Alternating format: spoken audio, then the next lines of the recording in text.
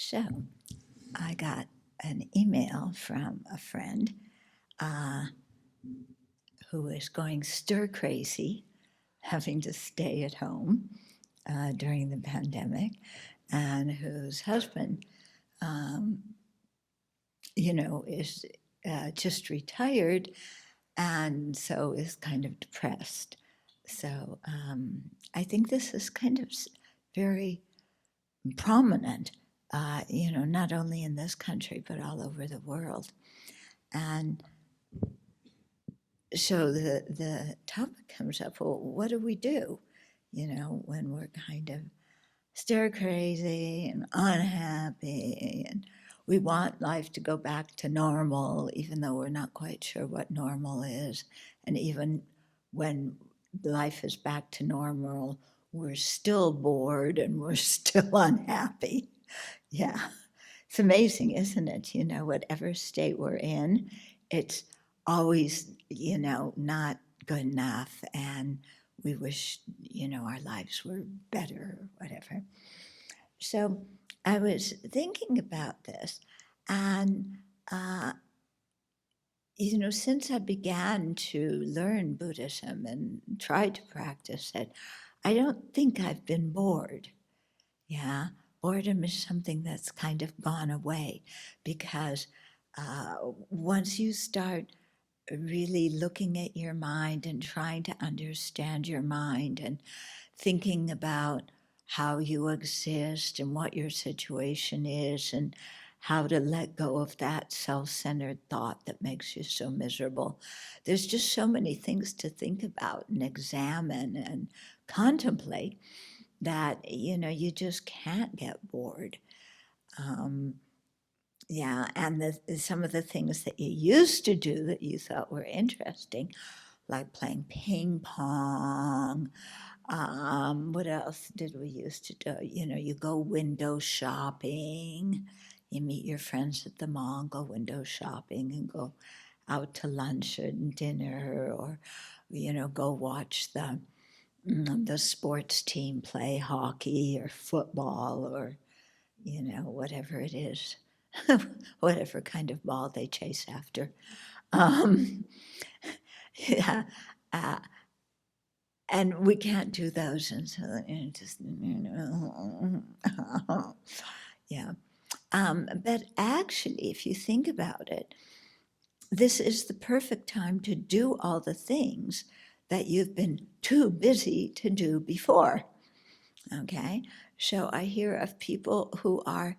My brother-in-law works on installs garage doors, and he says his business is great. All these people are taking care of things at home that they had let slide.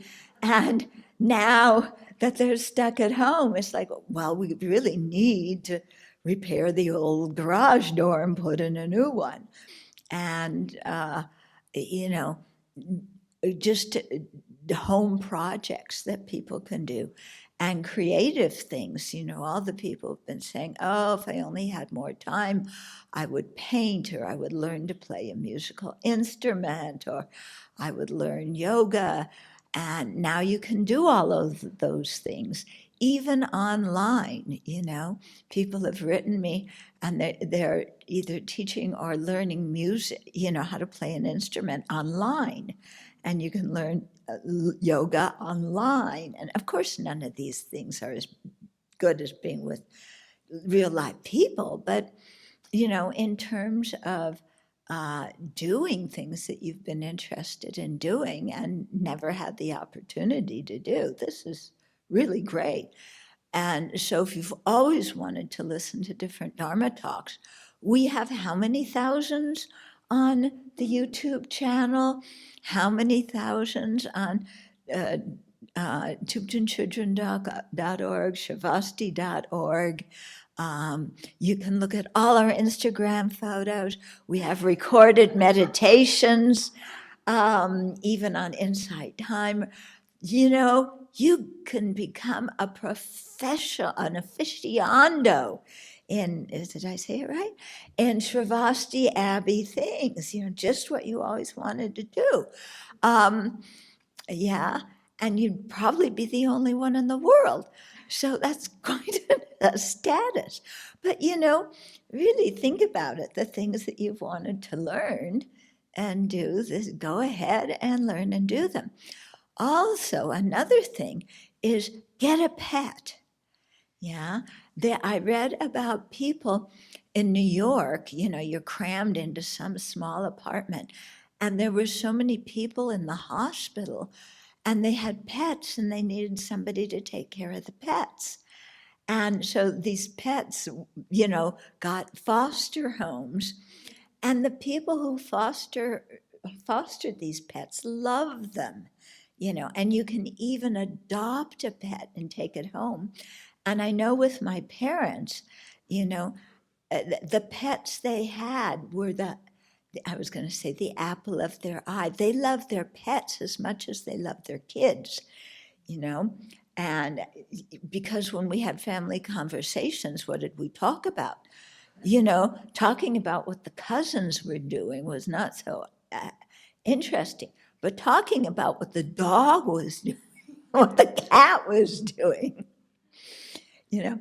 But seriously, having an animal that loves you, that depends on you, that you need to take care of, it's something very wonderful to do. And when you think of these animals sitting in the pound, unloved, cramped up, it's such a wonderful thing to do. Or at least get a plant, you don't have to potty train the plant, but, get a plant, do some gardening indoors.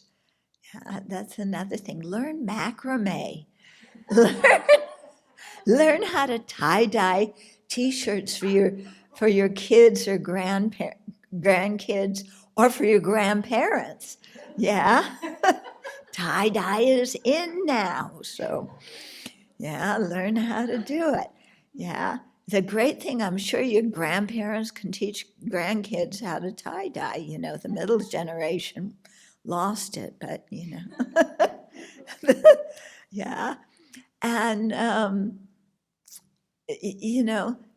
do short retreats. There's so much we can do with our lives. Do some volunteering, and even online, there's kids in grammar school and high school who need a tutor. My sister-in-law reads to her grandkids like 2.5 hours a day, and I'm sure there are volunteer organizations where you can read to little kids. And that's like so important, getting kids interested in reading, in books, talking to them about the ideas in the books. I mean, tutoring kids who are in school, all of this can be done online. Yeah. And so, really step out and think of what you can do and what you can contribute. Just because you stay at home doesn't mean that you can't contribute anything to anybody else's welfare. There's still a lot you can do. So, get your tush off the cush and and do something, to really contribute to society and to activate the talents you have and the good qualities you've had that you've never had the time or space or energy to do, and now you can do that. Yeah. And if you want to do some volunteer work, we need help with, video things, writing projects, don't we? Yeah. You can even come here, and if you keep social distancing, work in the forest. We won't talk to you, but we'll wave to you, and you can work in the forest, work in the garden. Okay. So you can also do this in the parks and, around the charities and so on in the area where you live. Um, our youth emergency services just bought a new premise. I'm sure they need people to go and paint it and clean up the yard and clean up the house and everything. So in your area, there's probably, a youth emergency services, something for young people who are stranded, and need help. And you can do things, going there at times when nobody else is there, or doing things online, or, tutoring people. I also heard of a project of somebody writing to people in nursing homes, because a lot of the people in nursing homes, they can't see their family, or maybe they don't have family, and so having a pen pal is really helpful. Inmates, we write to a lot of them, and they really, oh my goodness, they so much appreciate people who correspond with them. Yeah. So there's so many things to do, to give of yourself and to feel the joy that comes from affecting others in a positive way.